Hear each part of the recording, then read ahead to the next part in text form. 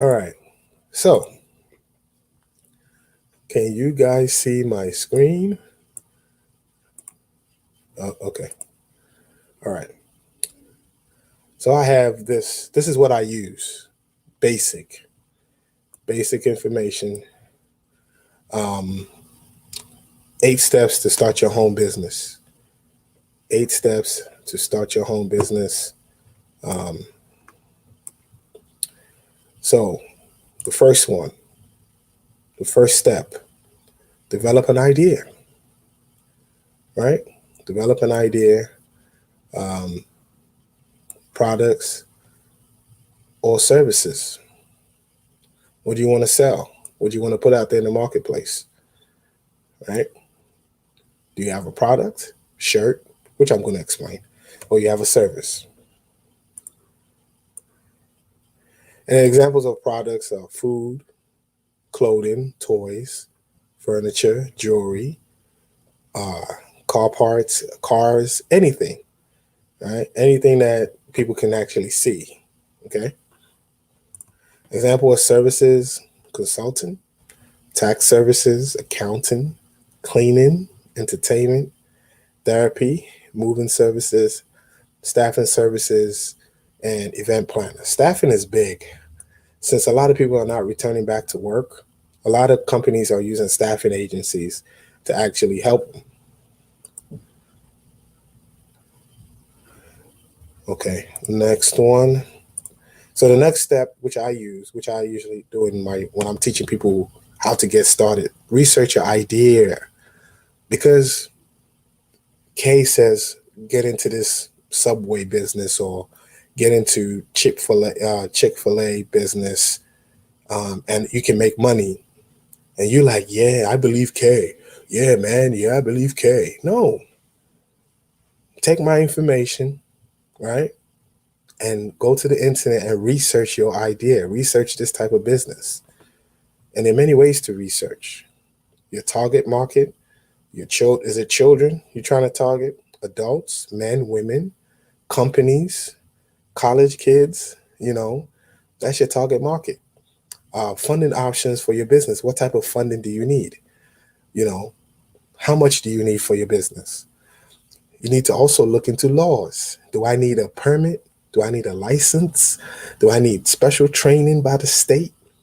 You know, if you want to do taxes, right? No, is it taxes? Should I use taxes? Okay, you want to be a physical therapist, but you want to actually use your house to see your clients. You want to make sure you get the right license to become a physical therapist. So you need to research this and the regular everything. You need to research it. Then you also need to research your company name to make sure nobody else have it. Then you also need to research if you need staff. Do you need people to help you, or you can do it by yourself? Right? You can't do a moving company by yourself. No, you need staff. You need people to help you. Then competitors. Research your competitors. Who else is in your area that is doing the same thing? Okay, let's say you are doing, you have a cleaning business, right? And somebody down the street, there's so many cleaning businesses. And someone down the street also has a cleaning business. You can say, you know what? Instead of me doing residential, I'll do commercial. So research who your competitors are. So research is very key. The next slide over. Hold on. And there's several tools that you can use for your research. You can use the internet, like we all do every day, YouTube, reading books, or you can hire a consultant, right? Um, I don't recommend this a lot, but if you have to hire a consultant to help you, that's good. And number five, speak to other business owners. You know, people that you know, speak to them, ask them questions. Hey, are you making money in this business? Do you have any? Um, what are your profits, losses? What's the risk? I mean, everything's a risk though, but you want to know. So make sure you research your idea first. All right, that's very important. When I was going to start my business, I researched everything. I researched, do I need training? Do I need any type of certifications? Do I need this? Do I need that? so I don't waste my money, because a lot of people don't do the research. Step three, have a business plan. Sometimes you might not use it, but just have one anyway. A business plan gives you the objectives, the strategies, the sales, the marketing, and your financial forecasts. Do that. And here's the link to learn how to write your business plan. Go to sba.gov. I've shown it to you guys a lot of times. Um, it's a free tool. You don't have to pay people thousands of dollars. You pay, like, some people will pay someone $1,000 to write a business plan, and you can use that $1,000 for what's it called, your startup money, or you can hire a consultant or business coach to help you. Sometimes, if you have no other choice, then you have no other choice but to pay the money. Sometimes you just have no other choice. Now we're going to talk about funding.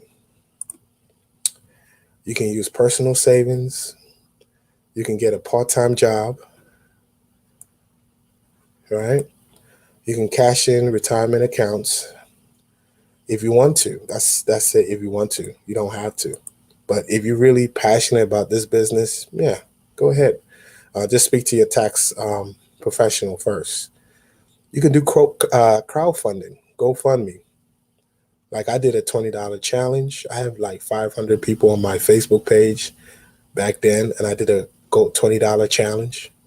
You can do that. You can ask family members for a donation, or you can sell personal items.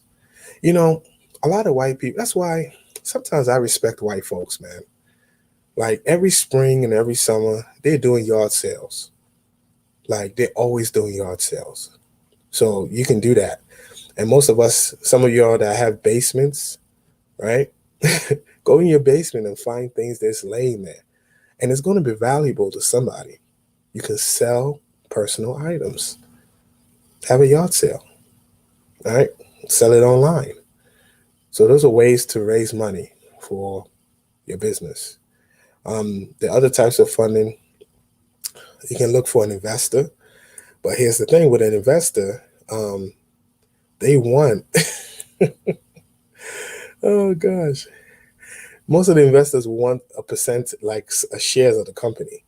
So when you make money, they make money because they've given you money. Or you get a business loan with high interest, depending on your credit. So, so sometimes, I try to avoid. You can avoid these two. I wouldn't recommend this two yet, not at this time. The best way to do it is fund the business yourself, all right, and the money will come. Step five: once you have the funding, the next step for you is to register the business, all right? Register with the federal agency. You can register in trademark. Um, get your register with the state. Get your LLC. Get an EIN number as well, or you can get somebody to register it for you, but you have to pay. Let me see. Okay, number four. Don't worry about number four. It's pretty much saying the same thing. So when you file your state documents, you got to have the name, the location, ownership. Like, is it you and somebody else? So here's our own business registration for the state of Maryland. It's called Maryland Business Express. You can do it online now. You don't even have to go to the building to do it. And step six, open a bank account. So what you're going to do is you're going to get the EIN number and the state license they just send you. You take that to the bank, you get a checking account and savings account. And the benefits of a business checking account, your business records are organized because you separate your business and your personal. Number two, it gives you accurate taxes and deductions. Number three, you look professional and gain bank relationships, because 5 years down the line, you might go back to your bank and say, look, I need a loan. And they just look through your bank statements and see that you have been having profit and your business is doing well. So they will give you a bank loan. Okay. Number four, separation of your personal and business income. You want to make sure you separate that too. All right. And number seven, business insurance. Some people say, man, Kay, what are you talking about? Why do I need business insurance? Your business insurance, it covers your supplies, if you, especially if you have products. Um, it covers your equipment, and especially, for example, women that do hair, women that do, let's say, babysitting and all this stuff. Somebody falls down, like customer might stop by and fall, and they sue you. At least you have some type of coverage, right? Or let's say I'm traveling and I have a laptop and they lose it, that I can call my insurance and I lost my laptop. Or somebody sues you because they think you stole their name or the business name or business idea. The business covers you. All right. So actually, hold on. Let me see. I'm gonna read the chat later. Just give me a sec. I'm gonna show y'all an insurance that is not too expensive. Um,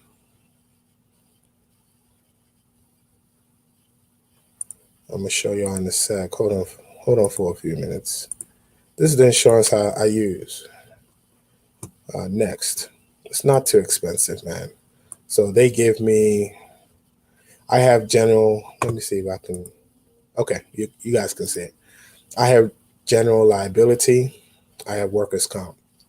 So they have other types of insurance, and together I pay less, about $50 to $60 a month. So I have this one and I have this one. All right. So general liability. Um, someone trips over your tools and breaks a leg. It covers property damage. Um, you are sued for improper image used in your advertising, court and legal fees, medical payments. Someone gets injured on site and asks you to pay for their medical expenses. And an employee badmouths a client online and the client sues you. So they're covered. And your job will not tell you this defamation. So this is, this is what the insurance is, and it's not too expensive.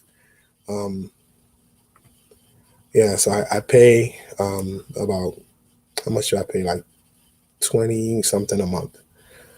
Then I pay workers' comp, protect your employees for as low as 14 a month. I'm the worker. I'm the worker of my company. Covers my medical expenses, lost wages, survival benefits. Because you're gonna hire somebody one day. Um, so yeah, so I have that. So that's why it's good to have insurance. I mean workers' comp. All right, so I'll continue with that slide. All right, and I'll move on. Cool. So I just talked about the business insurance. It covers your business lawsuits, loss of income, monthly costs. You can pay from $20 to $300 a month. So that's important as well. And which is the last step, which is step 8, which is marketing. Without this, you don't have a business. I don't care what type of business you're going to. Without marketing, just forget it. If you don't market your business, you're not going to make any sales. Like I know big companies that they charge $3,000 in my industry, but I'm beating them right now because I market constantly. They don't. And you use various marketing tools, social media, Facebook, Instagram, Twitter, have a website, business cards, flyers, because you can be anywhere. You can be at a post office or like a restaurant, and you can just put your flyer on at the community board. So have your business card. You can see somebody, y'all can be talking business. You're in the same industry. You can exchange cards. and get a website. I mean, you guys have seen my website so many times. I've shown y'all my website. Um, Email marketing is important. Advertisement is important. Social media marketing is important, and video marketing is important. That's also good for your business. Um, this is what McDonald's spent, and this is not $500. This is 500 million. um, you know, 787 million in 2012. That's how much they spent on advertising for their business. So it's important that you invest your money back into the business and advertise more and share more content here and there. So my final advice: build great customer service.